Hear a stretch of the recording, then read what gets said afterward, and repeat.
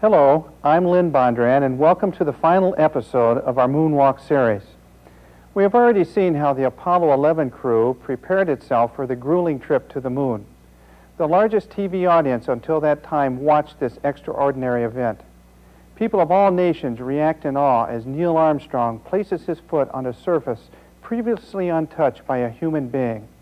In this program, we see research done by scientists after the Apollo 11 capsule returns to Earth. Studies are conducted on samples of the moon's soil in order to compare them with Earth's soil. This television program is The Moon on Earth.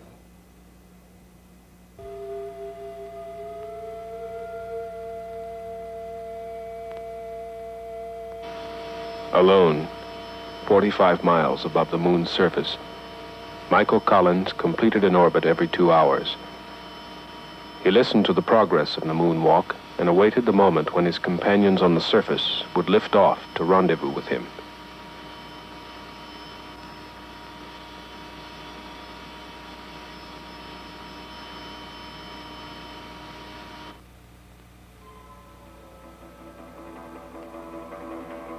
For 30 times he saw the Earth rise over the horizon of the moon. 12,000 miles of twilight. A line that divides night from day for 3 billion people on spaceship Earth.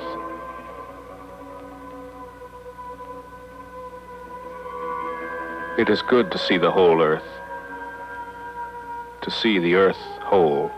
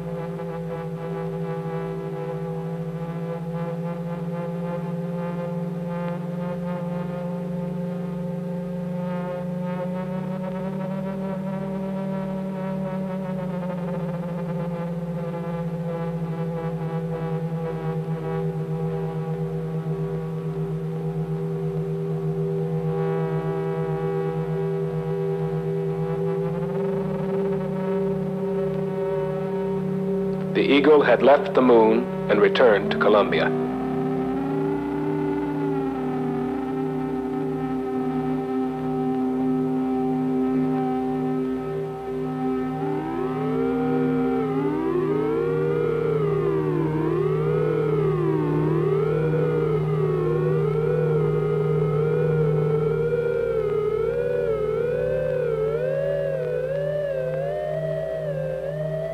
Within this strange ship, 2 astronauts and a treasure. Triple-sealed vacuum boxes of rocks and soil from the surface of the moon.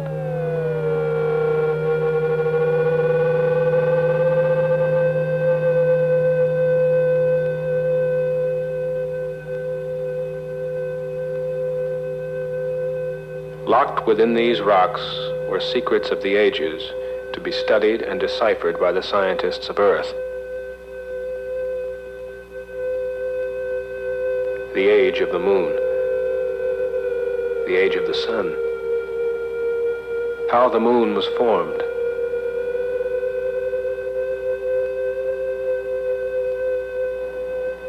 How life began.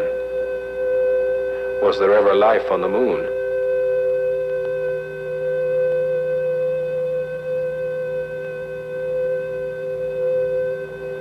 Was the moon once molten and volcanic, or has it always been cold and dead? Was it once part of the Earth?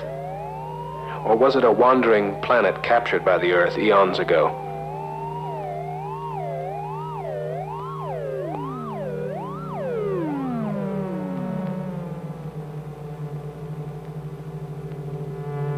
How hot was the sun 3 billion years ago?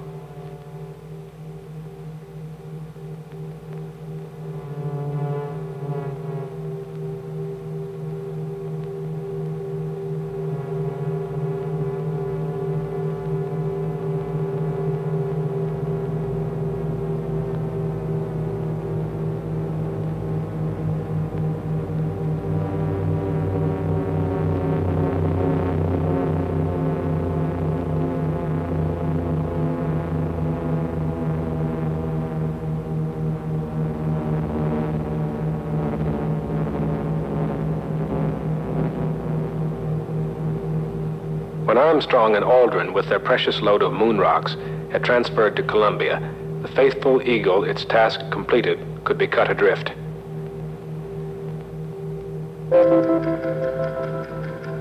Columbia fired out of lunar orbit to begin its 3-day fall back to Earth, where the recovery fleet was waiting for its splashdown in the Pacific.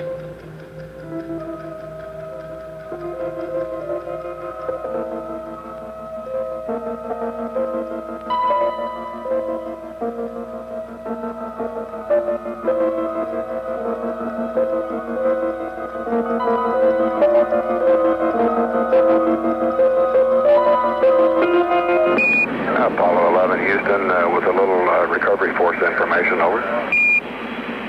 Go ahead. Roger, the Hornet is on station, just far enough off the target point to keep from getting hit. Recovery 1, the choppers... July 24th, the Hornet was on station, and the President of the United States was aboard. Re-entry into the Earth's invisible atmosphere carries with it one of the most critical moments. Traveling nearly 25,000 miles per hour, the command module can miss the angle of re-entry by only several degrees and disintegrate into flames, or bounce off into space, never to return. Velocity 33,000 feet per second. 35,000 feet per second now. 36,000 feet per second.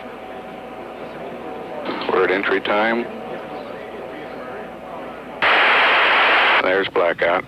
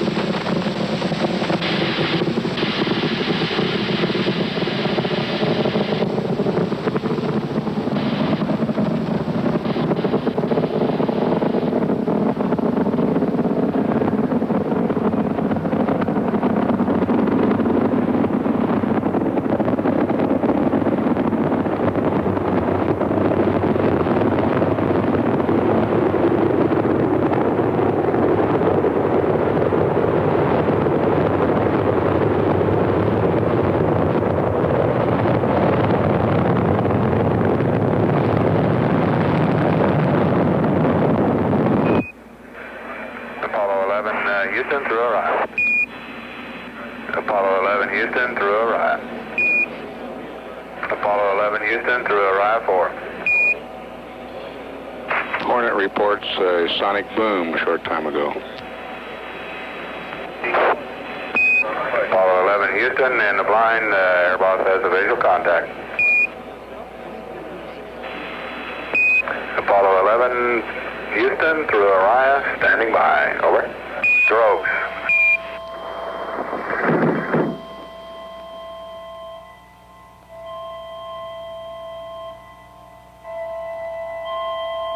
11, Apollo 11. This is Hornet. Hornet, over. Apollo 1, this is Apollo 11, reading your live and clear. Our position 1330, 6915. 11 Hornet, copy. 1330, 1675. Any further data, over. 330, 16915.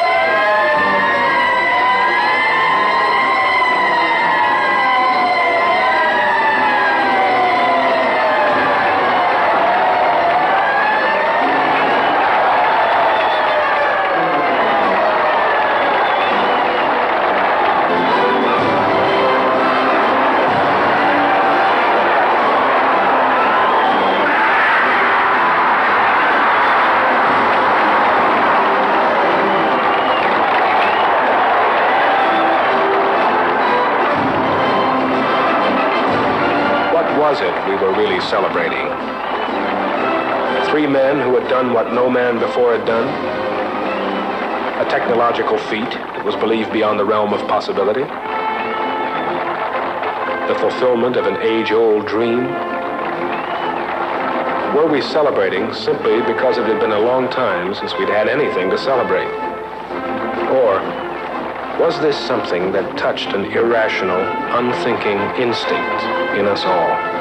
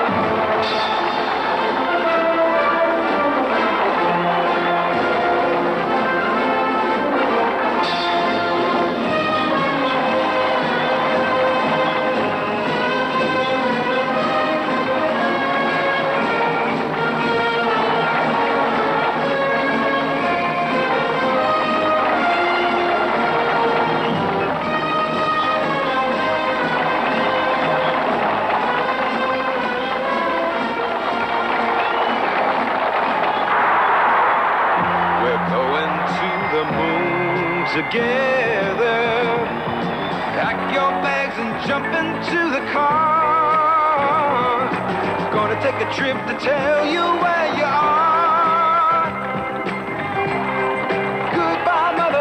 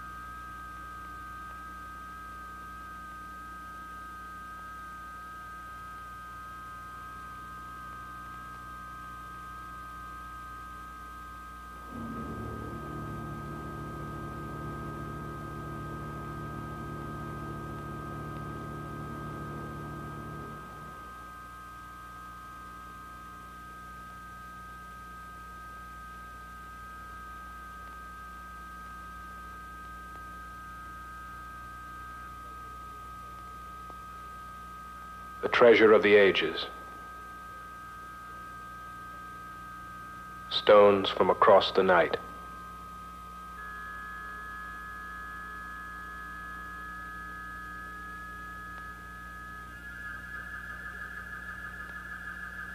Unrubbed by wind, unwashed by rain.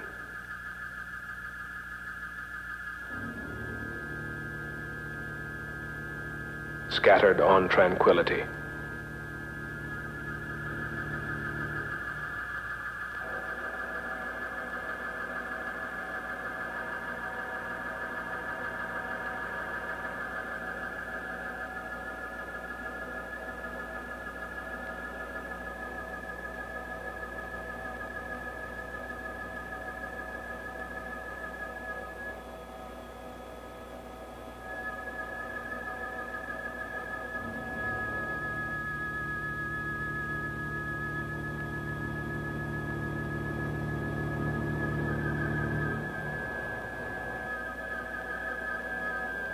Bombarded by solar particles for billions of years, but unchanged in any other way, a moon rock is like a diary of the sun.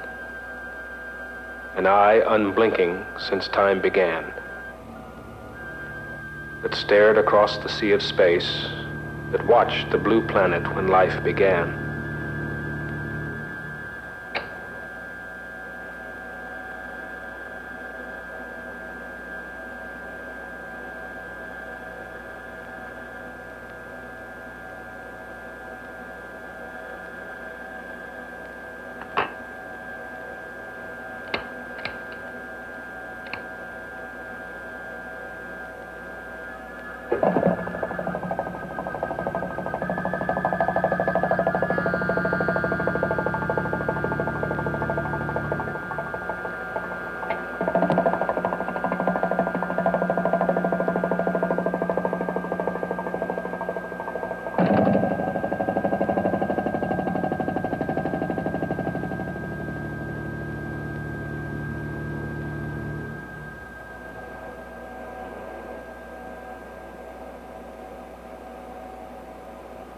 Remembered in these rocks are ancient sunspots, solar flares, solar storms whose fiery arms reached out 1,000,000 miles.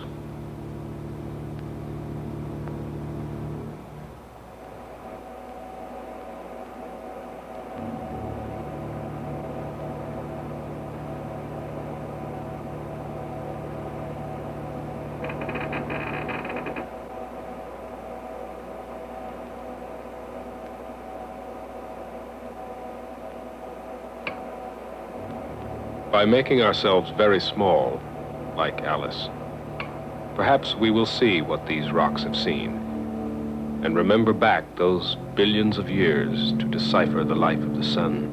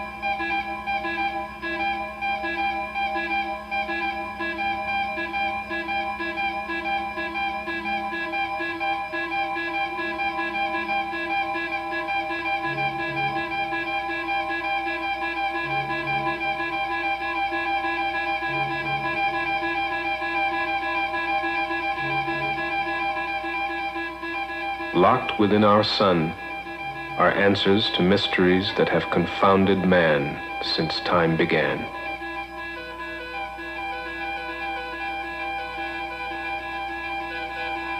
We have reached out with our telescopes. We have reached in with our microscopes, seeking.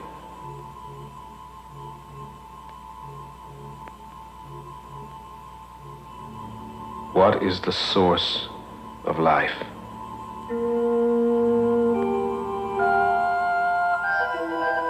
What combination of energies and elements brought it into existence?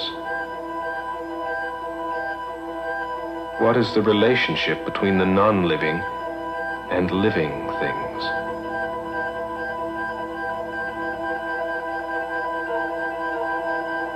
How delicate is the balance? Man slowly begins to realize how fragile is his bubble of life.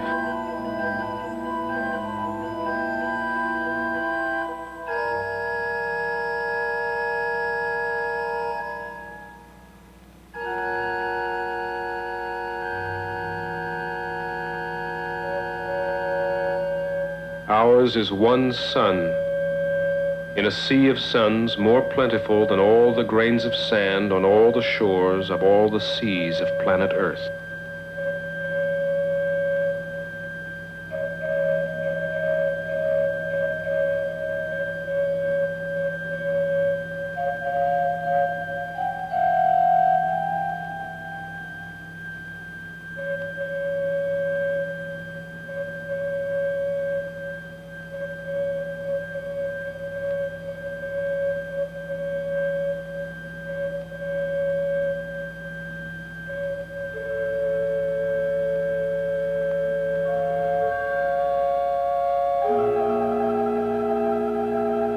Now that we are free to wander from Earth, perhaps we will find the answers to our questions.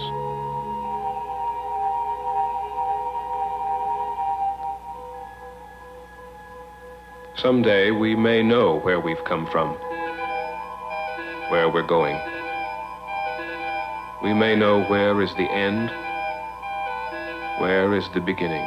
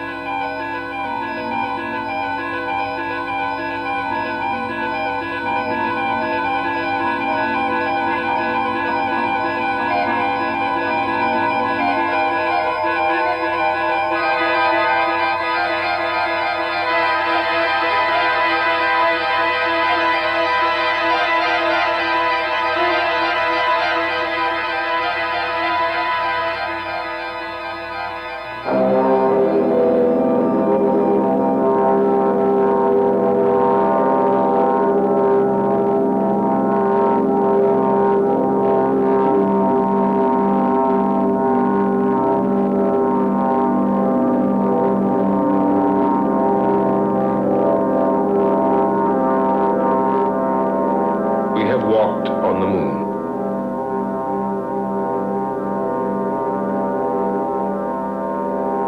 We open our minds to the universe.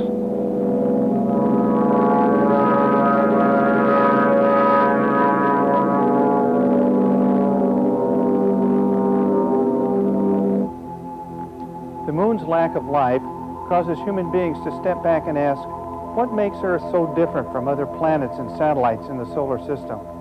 The Apollo 11 flight makes us realize that life's existence depends upon the resources of this planet.